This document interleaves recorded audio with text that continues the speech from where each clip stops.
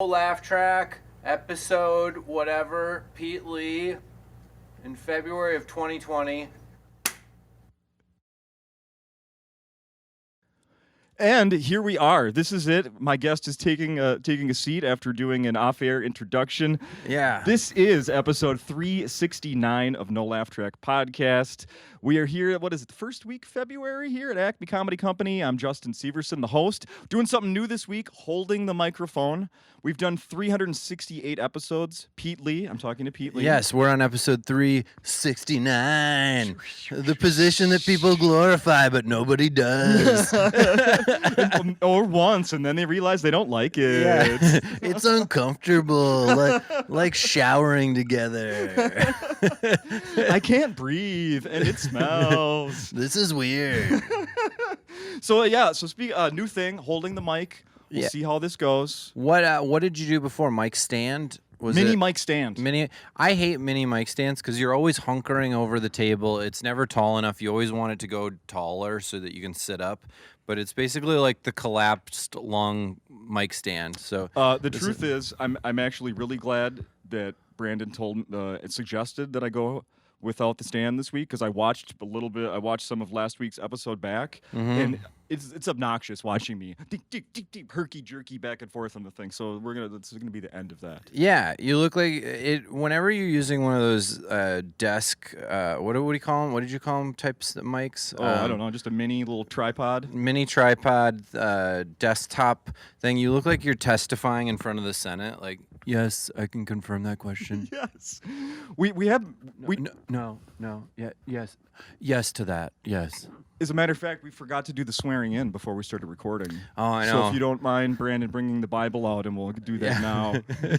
Because there's only truth here. Yeah. Of course. No fibbing. God is having a weird day today. He's having like a weird day. Like I'm not going to claim I know him personally. I mean, maybe we've chatted, but I couldn't, there's no secrets that I'm holding from. Yeah. I don't know anything. Oh my God. Yeah, that I don't want to get political, but today, like if you're listening to this, today was the National Prayer Breakfast, and Trump essentially said, "I know God, and God doesn't like people that do that." Yeah. Mm-hmm. And I feel like that's like anytime you're at a club like this, there are people that are like, "I know Pete. I'm friends with him. Can I get in for free?" And right now, God's in heaven going, "Wait, I'm just gonna stay in the green room." Yeah, and, I acknowledge Donald's existence, but let's we're acquaintances at best. I know I said I love everyone. Oh, this is weird. This is so weird now. Awkward. Mm-hmm. Awkward. Oh, I just spilled pop on my pants. Oh, you spilled pop? I spilled some pop. I'm doing there's this real fancy coffee shop near where I live, and they give you espresso, and then they give you a soda water chaser, and I can't tell you how refreshing an espresso with a club soda chaser is. What? I never heard of such a thing. But yeah, it's absolutely delicious. I know it sounds like real frou-frou, but if you're out there, you're a truck driver, let's make this manly. Yeah. Let's make it manly. Yeah, give me coffee, black, bubbly water chaser. What do you call it? Is that a California coffee? I don't know. I guess California so. burger has like mayonnaise and lettuce on it. The California coffee. It's if you want to ask for this drink, just go up to the counter and go, "Hey, could I get a huge pussy?" I want to. It's probably just called a huge pussy. I don't know. But is it the vag special today? Yeah, Feeling frisky. But what's more masculine than being attracted to a feminine drink? And see? Did you ask for the lemon, or did they put that in there? Dude at the bar gave me the lemon. I didn't want it. Do you think? Let's be honest, Pete. Do you think who's bartending right now? John. Do you think? I don't know how well you know John. Did John look you up and down and go, lemon? Yeah, I don't really know John, but John knows me. John knows what I want. And it was a lemon in my bubbly water. I think you're dead on. Mm-hmm. I think John does. I love that so much. Pete, so we didn't do this last year when we were here. We had a little. I was just coming back from a vacation in Florida. Yeah. And we had a little. We ran out of time. There was a snowstorm. There was a when it giant landed. snowstorm. It was like a crazy snowstorm, and then I remember my girlfriend was here, and so we were trying to like see the sights, and I remember saying to you, I was like, dude, I can do it, but it'd be preferable if not, because she wanted to go see the Mall of America, and then we went and saw the Mall of America, and afterwards she was like, we should have done that podcast. She was like, I didn't realize that mall is stupid, you know? Mm-hmm. It's just a mall that has 4 of each store. Yeah. And I'm guessing she's in town with you this week? No, she's not in town. Okay. Because of the Mall of America. Yeah, because she didn't come because I didn't let her. No, she's a psychiatric nurse practitioner, and there's a huge mental health shortage in LA and just in California in general, probably in the world. But she can't not work right now. Like, she has so many patients that she has to work, so she can't be here in Minnesota partying with us because she's helping people. Fixing the world. Yeah, One person at a she's time. literally fixing the world, medicating people, and she's a goddamn angel. What is the status of the podcast you were doing with her? Okay. Oh, wow. So we're now starting. You guys just went to video podcast. Yes, sir. We paused our podcast for a little while because we were getting all the video equipment. Most recent one was December, probably? Yeah, I think it was probably December. Okay. Yeah, something around there. And but the podcast is firing back up on video, and I brought you a T-shirt. What is this? From our podcast. It's the Snugglestorm podcast, and now you get to wear a really rad T-shirt. I have all sizes too, so if that doesn't fit, we can just exchange that one out. This is what you gave me a large. This is what I would ask for if I was buying one from you. Yeah. From the Mall of America store or wherever. So now I love it. Now you have an official Snugglestorm pod shirt. I have those available after the shows and stuff, and people buy them that don't even know that I have a podcast. They just like the brand of Snugglestorm. I was actually going to ask you that. Yeah. Because I figured. A lot of people buy the shirt and then they start listening to the podcast because they're like, oh, this is a rad shirt.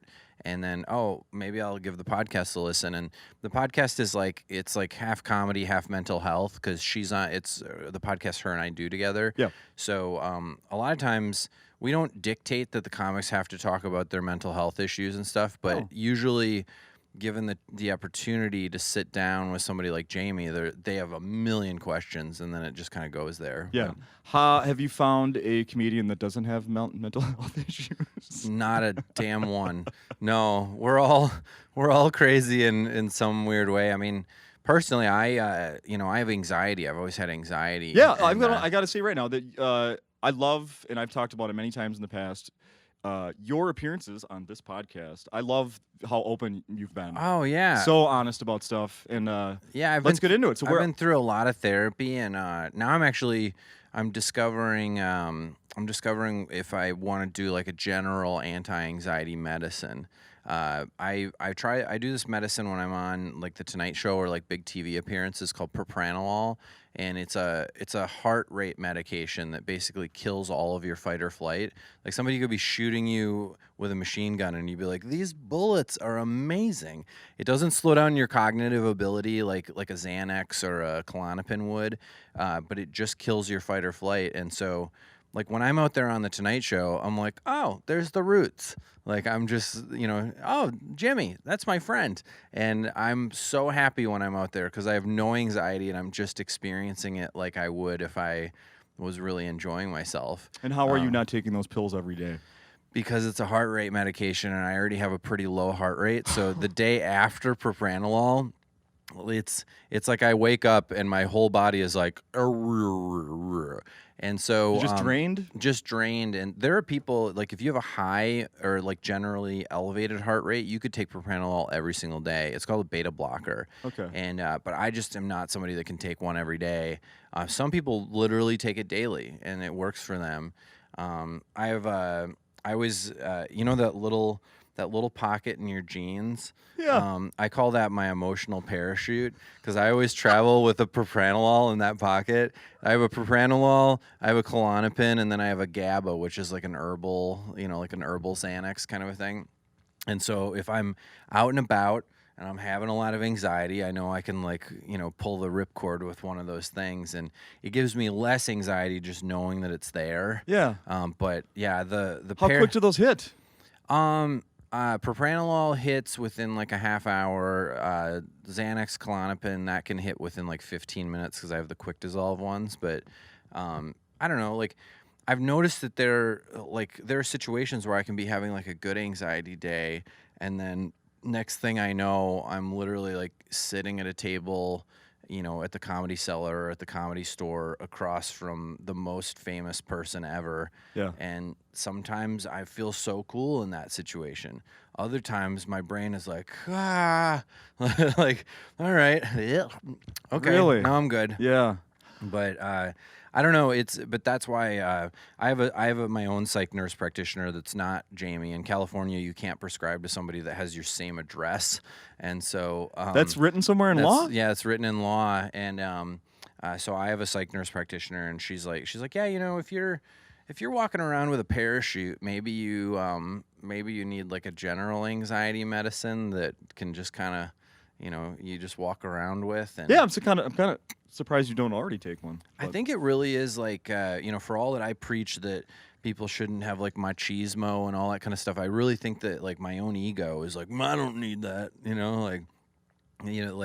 like, oh, if I get on one of those every single day, that'll give me a case of the sissies. Sure. I mean, I'm not currently going to therapy, although I'm strongly considering it once again. It's great. But I did, do the math, 9 and 10 years ago for a while. And, that was my attitude before I ever went to that. It was like, well, this is just for pussies. This is for sissies. This is for, you can't handle shit. What, huh? You have to talk to somebody? So, yeah, rub some dirt on it. Rub some dirt on it, exactly. Run a lap. Yeah. just run a lap. Uh-huh. But no, I'm at the point right now where, and I also think it's because, things are kind of bubbling in my career, and I have more stuff on on like a daily, weekly basis that makes my blood boil in a good way. And you can do all the talk therapy that you want, and it's really good to do talk therapy. I'm a big fan of it. I'm gonna get back into it.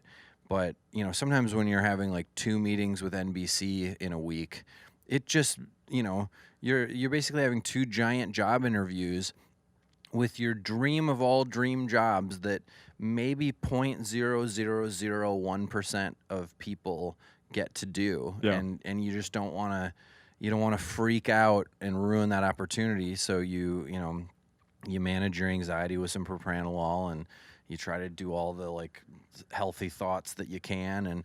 But there's a part of me that just goes, all right, now that I'm moving into this realm where there's more of that stimulus on a weekly basis, and my nervous system is not catching up to thinking that this new normal is normal. I'm like, yeah. I think I need to get on an anti-anxiety. I think I maybe just have one more question. So Yeah. Did this whole the parachute in your pocket, did that start before or after dating your girlfriend? That started before her.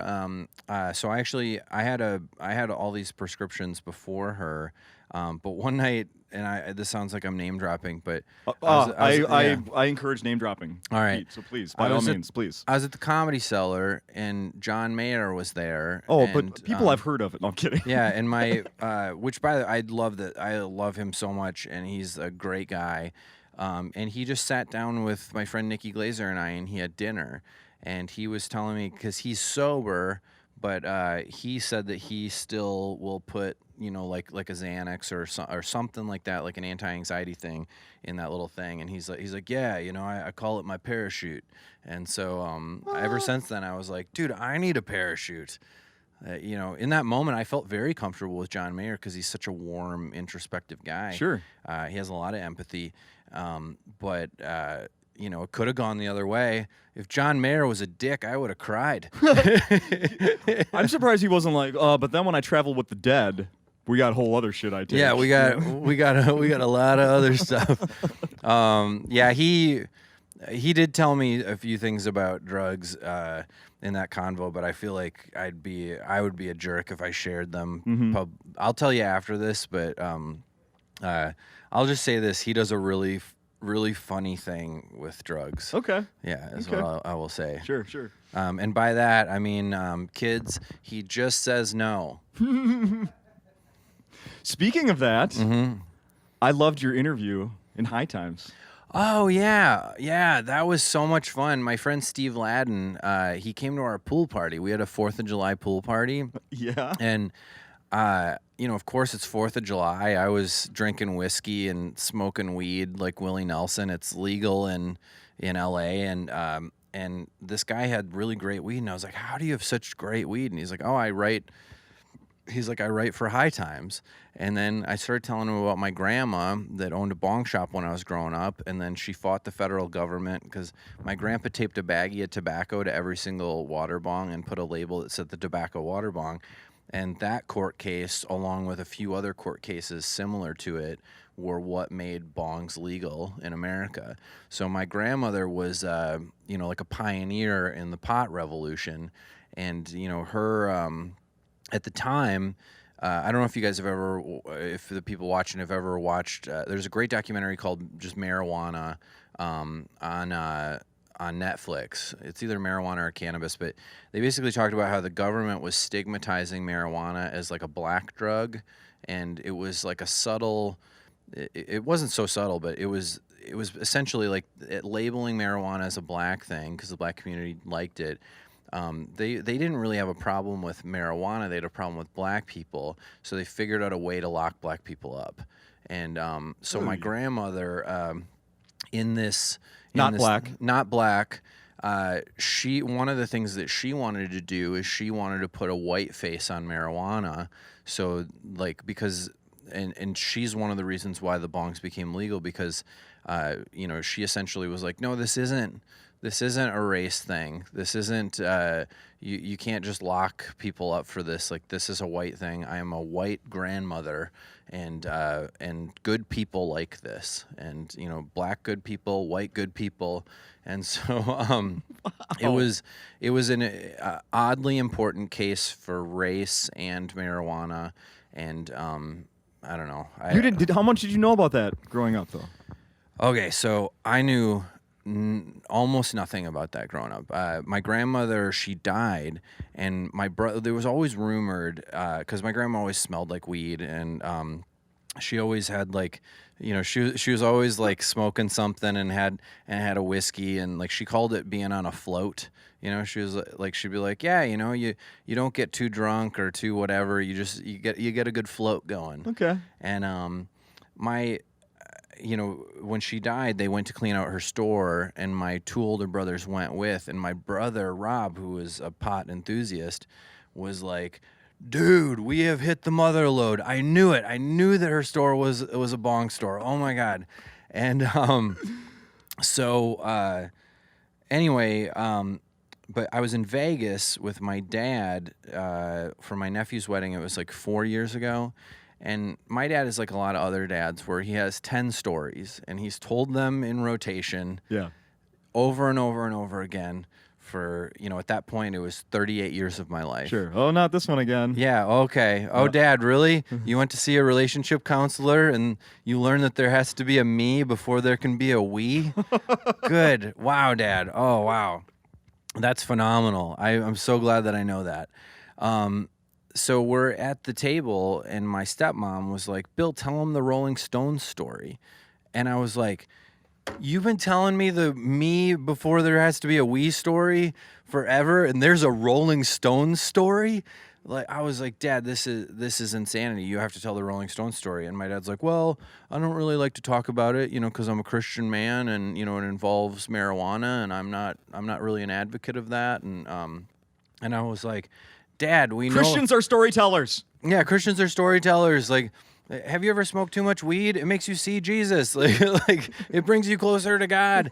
I was like, Dad, what are you doing? And he's like, well, okay, I'll I'll tell the story. And so apparently when my grandma was fighting the legal battle, which you can Google all this or you can look at the High Times article because they're probably, I have people every single week that go like, I'm calling bullshit. And I'm like, just Google it. Just Google it.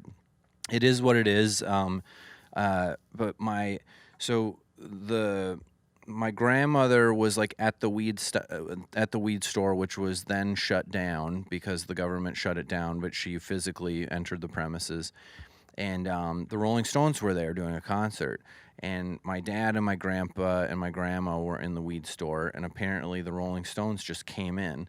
And my dad was like, oh my God, that's Mick Jagger. Holy crap. And of course, my grandmother knew who they were. You know, she was wilder than my dad. Yeah, right.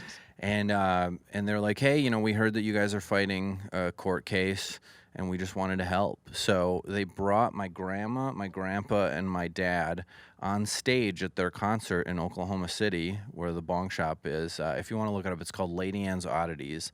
And the sign still stands. It's like a historic landmark now because it was such a pivotal thing. Oh, my in, God. like, the weed movement. So, like, the hipsters saved the sign. And you can Google it. Google Lady Ann's Oddities. The sign will come up. But anyway, so my family went on stage, and the Rolling Stones were like, you know, this is the face of marijuana. They're good people. You know, people demonize marijuana as the devil's lettuce. Da-da-da-da. They're fighting an important court case. If you could help out, you know, like give them a little bit of money. They're a good family that's going through something. So people threw money at that.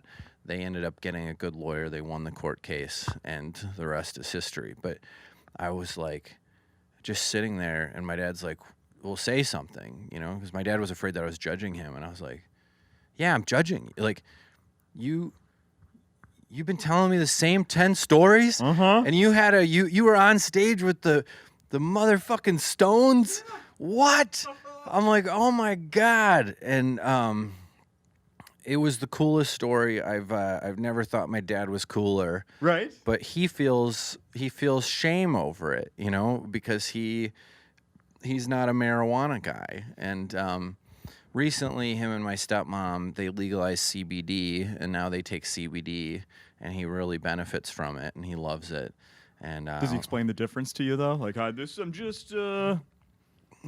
just This is just the things that don't get you high, Pete. This is an extract. Extract, you know? yeah. This is an extract. It's I don't know. I take CBD every day, and I love it. I love CBD. With the all that other stuff?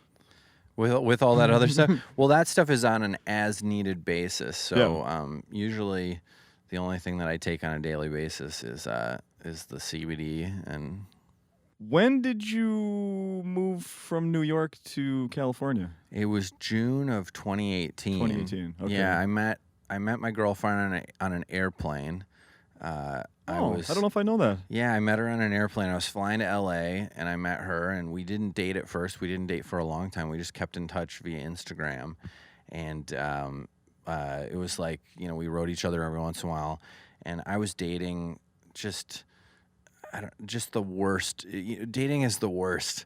You know that. Like, all your friends are like, yeah, man, scoring every night. I'm like, yeah, cool. Doing simulated mating with somebody I'd never want to have a baby with, ever. Exerting a lot of energy, not knowing it's paying off. Yeah, and my friend Nikki Glazer was like, she's like, what about Plane Girl? She's like, what about the girl you met on the plane? Because I was actually going to hang out with Plane. Yeah, Plain Girl. Yeah, she's super plain. It's like Little House on the Prairie. Yeah, she's just looks like a settler. But yeah, she kept saying, "What about Plain Girl?" And I was like, she's way out in California, all this stuff. And then yeah, Plain Girl and I finally got back together, and it was like kismet. It was meant to be. She's great. So did you move out there for her? I moved out there for her, Look and at you. she recently told me that she doesn't like it when I say that because that's a lot of pressure. Well, now we're a year and a half in, so. Well, now we're a year and a half in, and it's definitely working out for my career. You know, like I'm working on my own NBC sitcom, which happened when I moved out there. I have a non-scripted show that Trevor Noah is executive producing. Like, I have like all sorts of like great Hollywood stuff going on. I'm in at all the comedy clubs. My career is advancing. I've got great agents that are out there. I'm with the best management firm. All of this was a byproduct of moving there for her.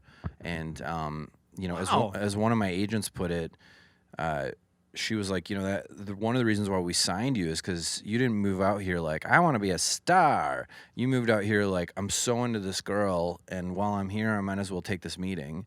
And she's like, I like that you moved here for the right reasons and for good love reasons. Look at, how like people be like, I'm sure you've been asked 1,000 times, like, what's the best piece of advice someone's given you or whatever. But how could you turn that around and use that as advice for someone else? Like, well, don't try to chase after it. Chase love, and it just doesn't even make sense. Yeah, right? Don't go chasing waterfalls.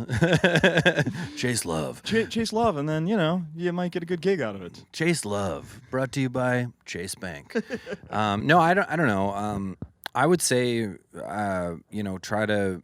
In this world of entertainment, you have to follow your dreams, but you also need a balanced life. Yeah.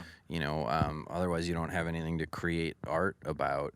And so I would tell people that, like chase love, make yourself and your relationships a priority.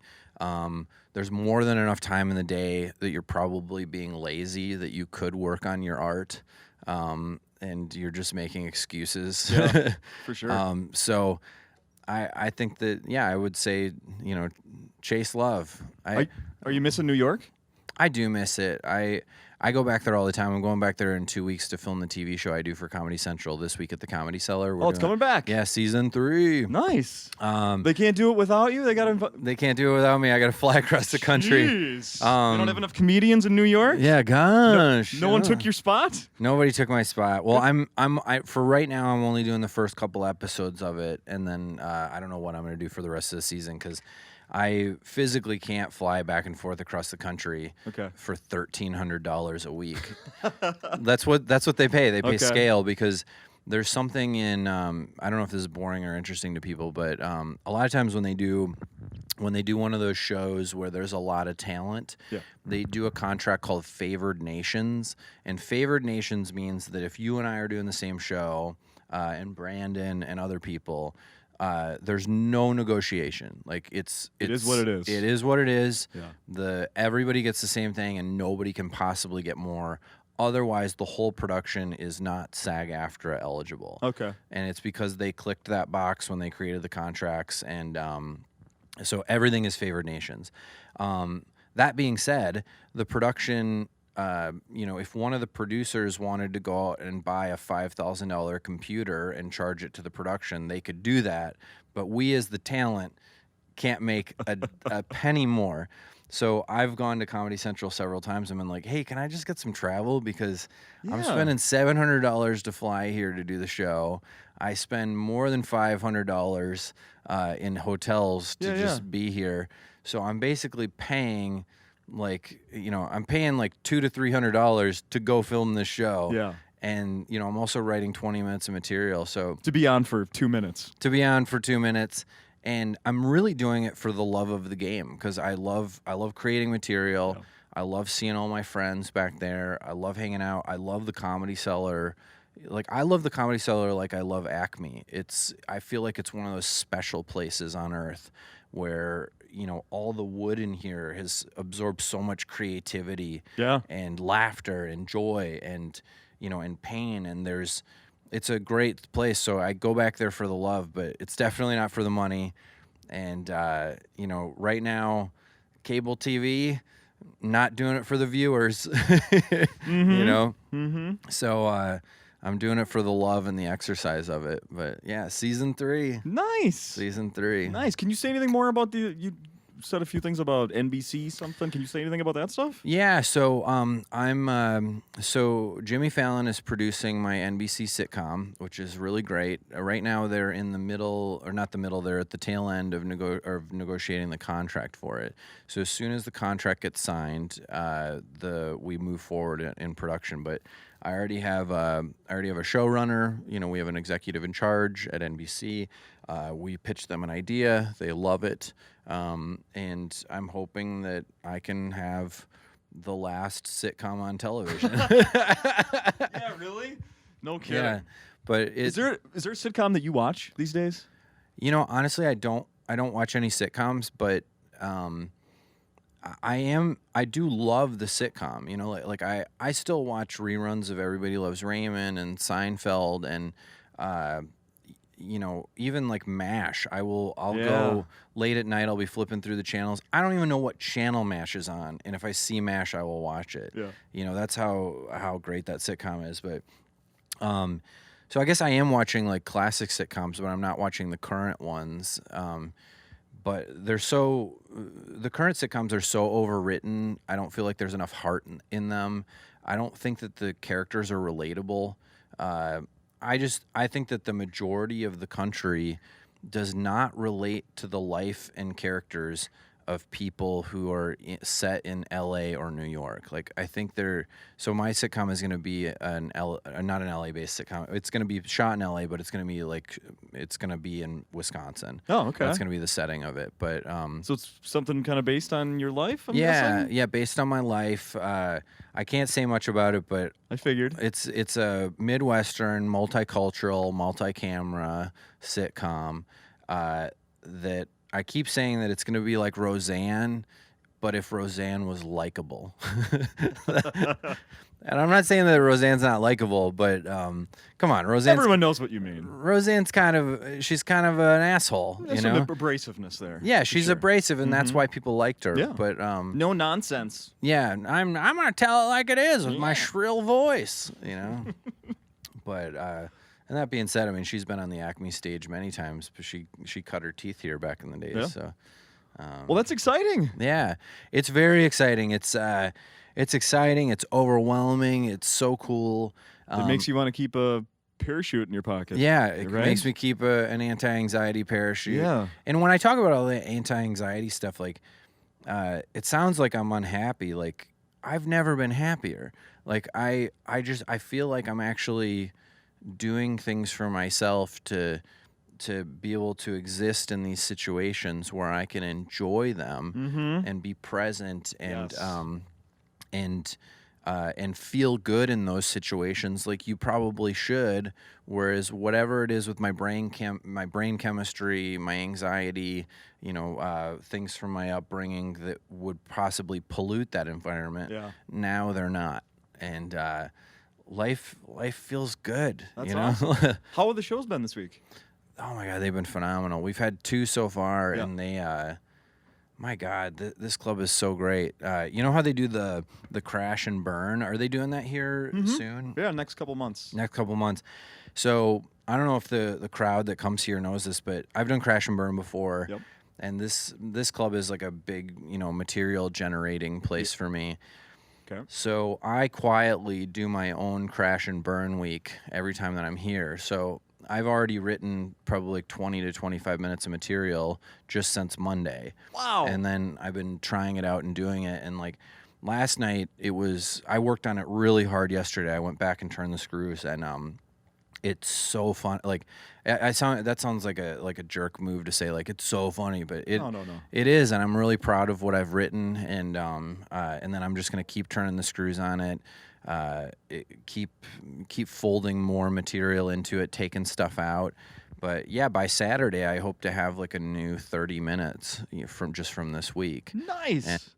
Will you call Tim Slagle and credit him with the idea? Oh yeah, I will give Tim Slagle full credit for it. I will do that, definitely. Yeah, for his crash and burn system. You know, I saw Tim in Chicago, and I told him that I'd do that here, but I'll reiterate that to him. I'm sure it would mean a lot to him.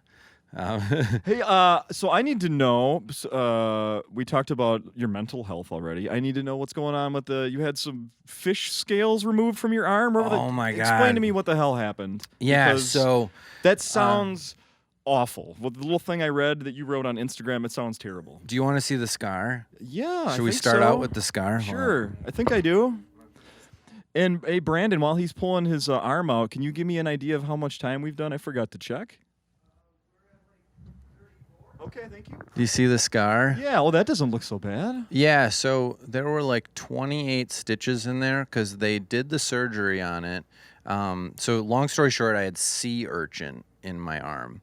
I was surfing in Cabo, and so he did the surgery, got 3 of them out, sewed me back up completely, and then was like feeling, and he's like, "Oh my God, there's way more of those in there."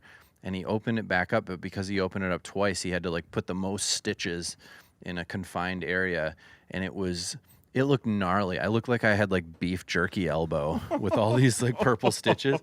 But yes. In Mexico. In Mexico. So, well, no, it didn't. So I was surfing in Cabo on August 17th, and I learned that like 1 in every 72 waves. I've been getting really into surfing, but like wavelengths are irregular. You know, Sure. they're pretty regular, and then there will be like one rogue wavelength every 72 ones. And if you ever have seen surfers, they'll be out in the ocean, then all of a sudden they'll start paddling all together. Because they're counting? No, they can spot the big wave that's coming. Sure. And they will see it, and they will just turn calmly. They will turn and start paddling out into the ocean. Okay. And up until this time, I always looked at them doing that while I was out there like idiots. And I would always try to catch that wave. I'd be like, dude, nobody's going to try to catch this sweet 15-foot rogue wave. And okay. So I was in Cabo, and I was surfing at a place called Monuments, which is like way above my surfing ability. Oh, like a black diamond or something. A black diamond. Equivalent to that, right? And yeah, and I'm actually surfing pretty well there on this day, and I can't even believe that I'm surfing above my pay grade. So so anyway, all the surfers, and by the way, there are pro surfers here surfing this thing, and they just turn calmly and they're paddling out. Yeah. And I was like, turkeys, I'm going to catch this wave. And I did something called nuking. Nuking is where, like, let's say that a wave curls like this, right?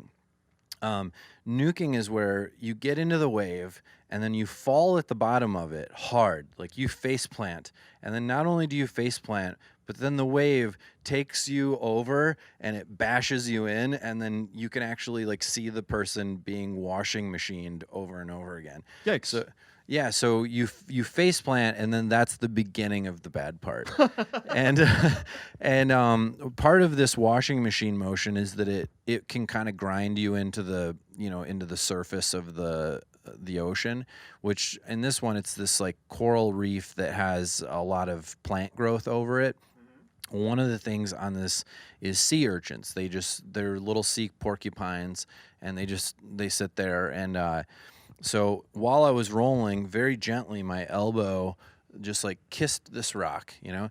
And I remember thinking, that was a little painful, just a little. Yeah. And I get my board, and I'm being like washed into like even more rocks. And so I get on my board, and I'm like, I got to paddle my ass off. And whenever there's a big wave, there's 2 more big waves right behind it. So Okay.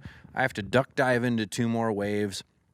And then my girlfriend, Jamie, she decided that she wanted to go out and snorkel in like red flag conditions. Sure, when you're not supposed to. When you're not supposed to. So I'm drifting towards shore, and I hear her being like, "Help, babe! Oh my God, help!" Blah, blah, blah. No. So I paddle over to her, and I like get her on my surfboard, and we're both like drowning to shore together. Yeah.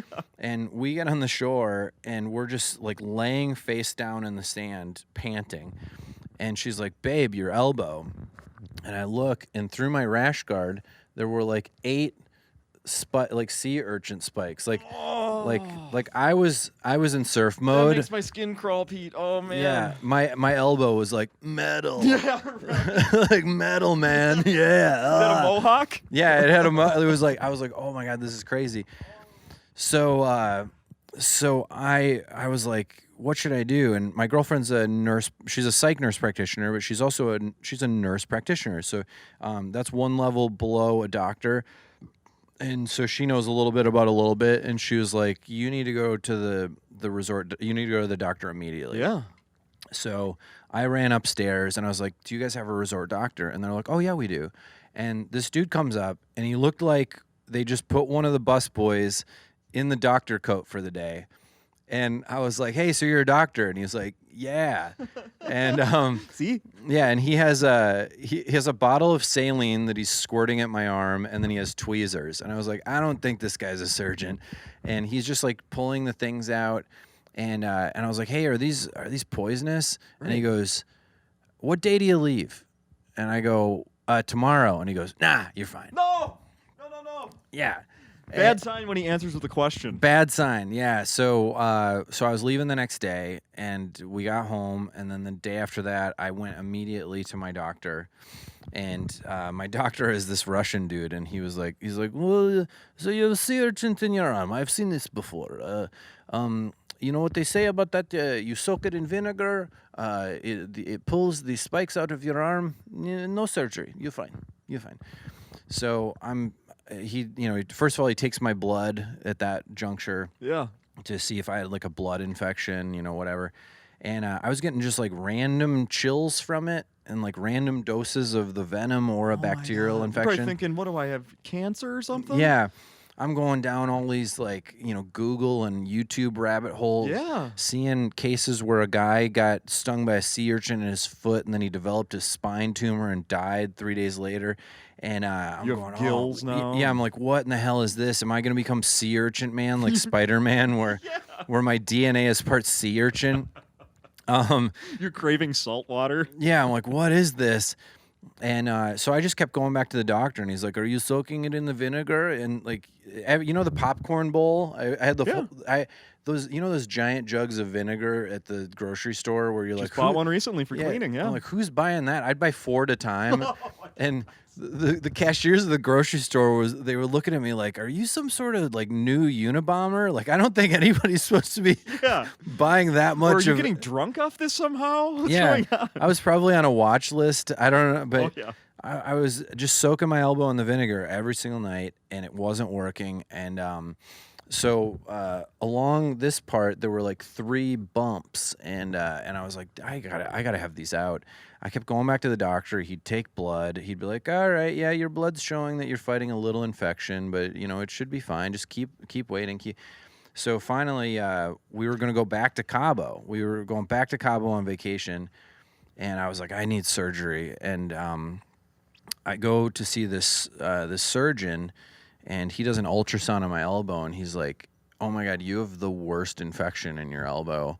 You need to get these out." And I was like, "Shit, we're leaving for Cabo tomorrow. I just got to go back down there with this infection and hope I don't die." So we went down to Cabo. Like I surfed again, swam with whale sharks. It was amazing. Stay in the same place?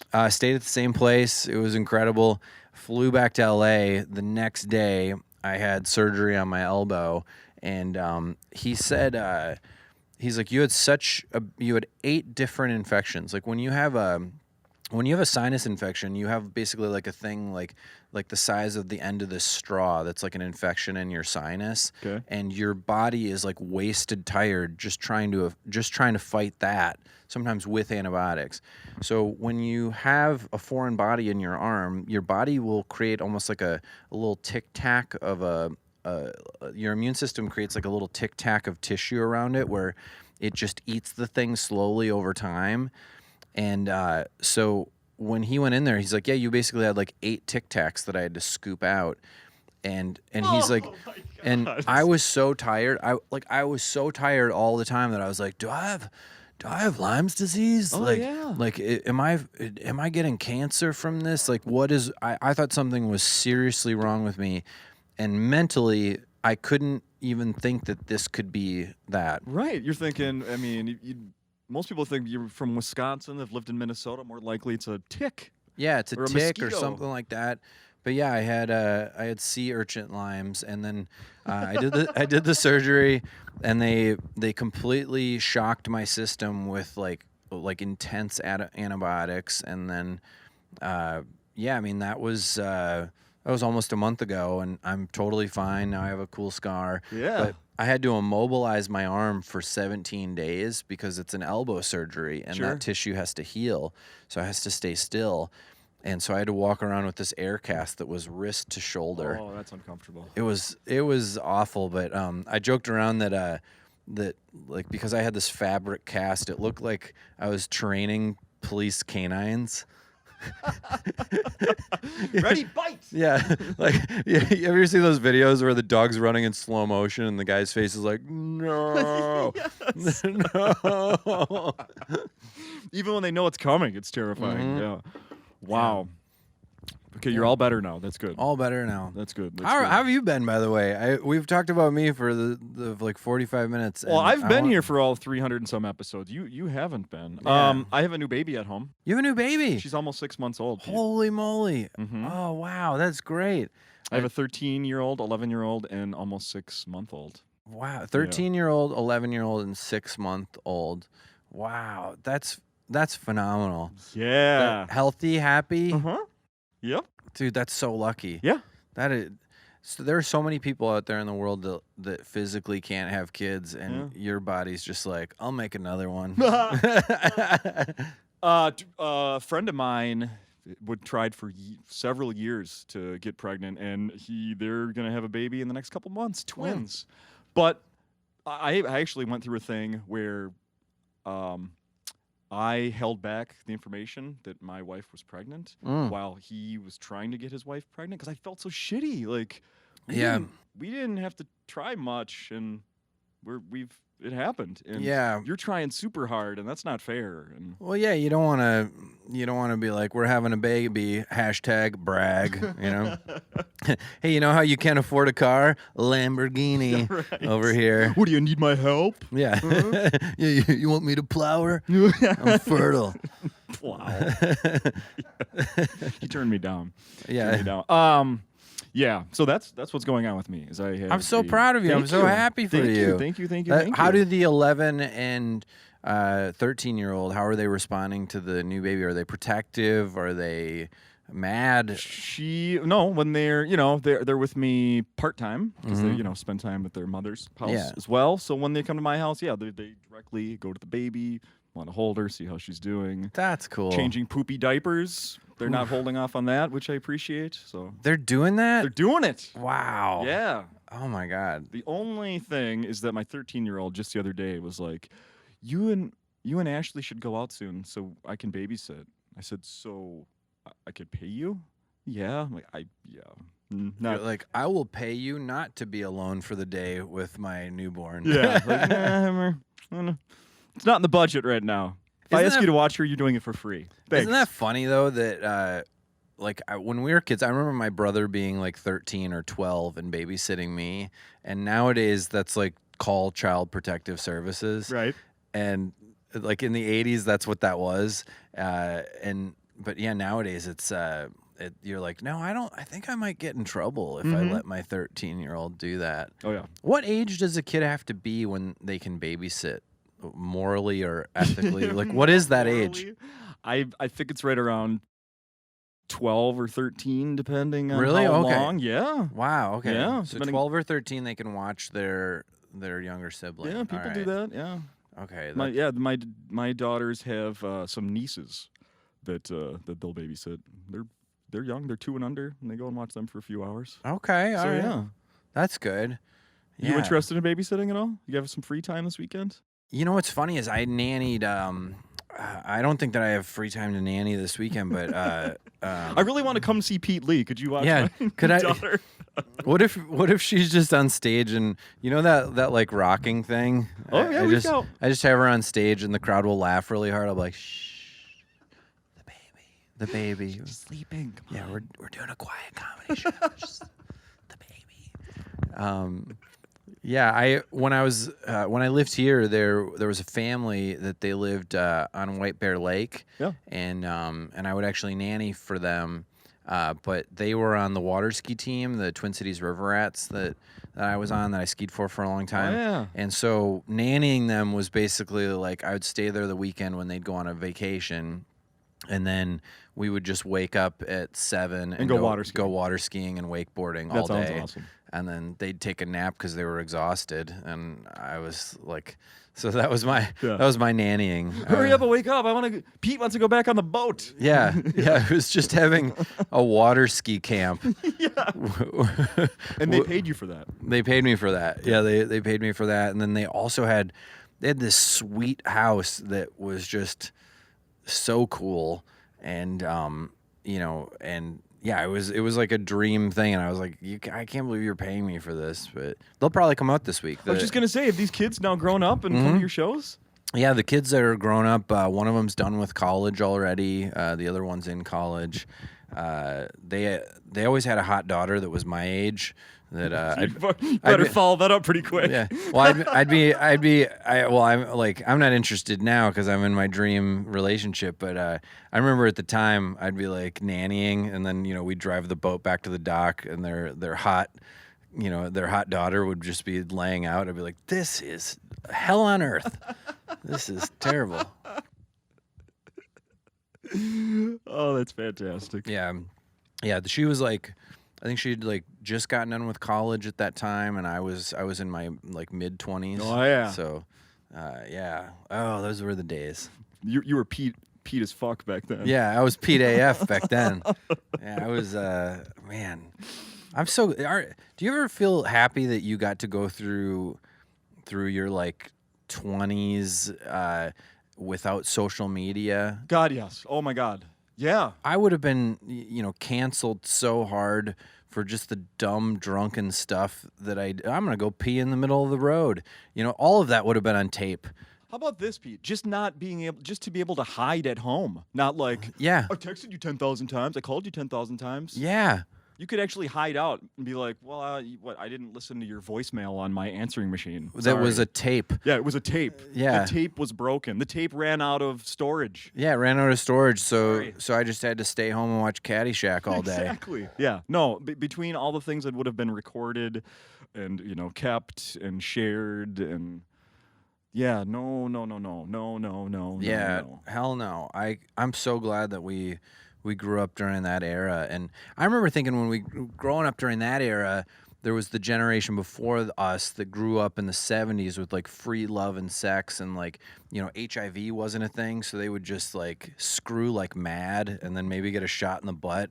And I remember our generation was like, man, we can't have sex like that. Oh no. Like we gotta be really careful. I was very careful. I was very careful. Very careful. I was very careful too. Because everything, I was so scared. Yeah. Yeah. And then now this generation, with all the cell phones and social media and all that kind of stuff, a guy, like teenage boys probably can't even like just go in for the kiss. They got to be like, do I have consent to smooch you, please? And so like every generation, there's more restraints, which it's honestly for the kids watching, that's good to ask. Yes, it's good to ask. If there's anything you can take out of this podcast, it's don't assume. Don't assume. Don't assume. It's good to ask. Mm-hmm. And I've heard girls be like, well, yeah, now it sucks because the guy doesn't make the first move and I get like frustrated. And I'm like, so you're saying it's kind of hot? Is that what you're saying? Yeah. You're saying that you want that kiss even more because the guy's not doing it? Yeah. Would you want to go back if you could? Would you want to go back in time and help out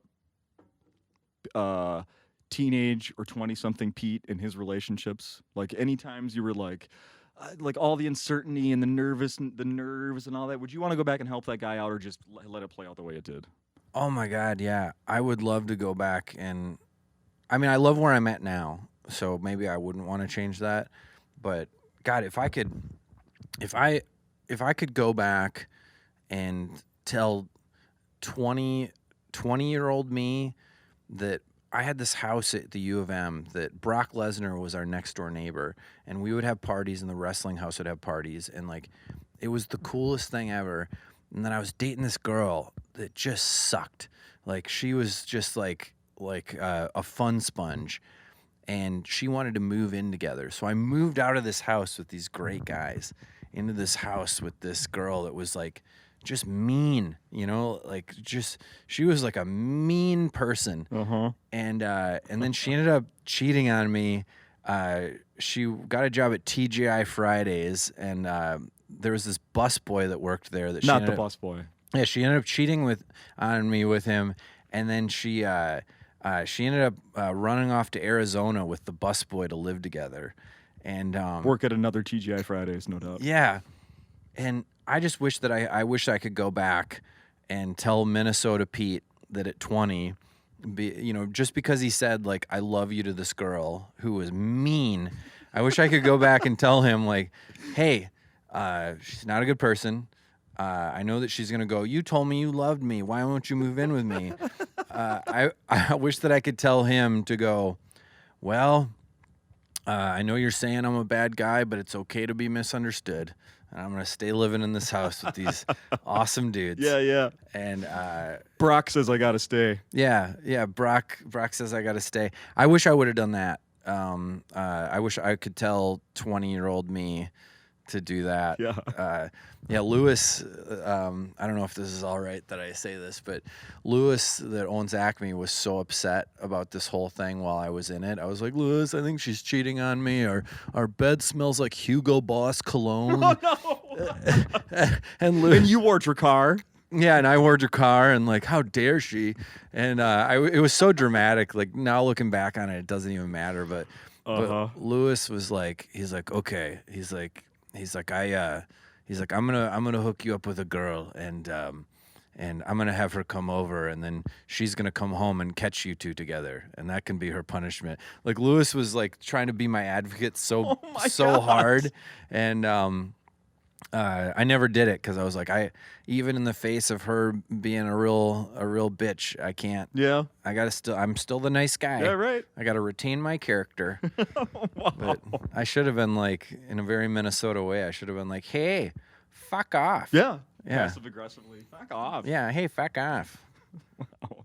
Pete, we're gonna put a bow on this thing. Yeah. Is there so people need to come? There's still shows this weekend at Acme. Whenever they listen to this, they listen to it today, Thursday. There's one tonight, Yep. Friday, to Saturday. Yep. Keep an eye out for whatever you're going to be doing with NBC. Follow Yeah. you on Instagram. It's a very good follow. You post Thank a you. lot. I do post a lot. I've been posting more videos. I'm a pretty good video editor, so I've been actually putting those skills to use. But if you want to follow me on Instagram or TikTok, I'm verified on both now. And by the way, TikTok is the future, and it is so fun, and I recommend it. Okay. But follow me at Peatly. It's my name 3 times in a row. Peatly. But yeah, please follow me on there. If you're listening to this on the internet and you don't live in Minnesota, which a lot of people, I'm sure that you have people all around the country that listen to this, you can go to peatly.net for my tour dates. So do that and listen to Snugglestorm, the Damn Snugglestorm right. podcast. Yeah. And say you have more T-shirts for sale here at the I do have at Acme. I do have more T-shirts for sale here at the Acme. Yeah, so you can buy those. I'll probably sell out by Friday late. So if you're coming to the Saturday show and you want one, send me a message. I'll save you a size. You heard it here. Yeah. Thank you, Pete. Thank you, Justin.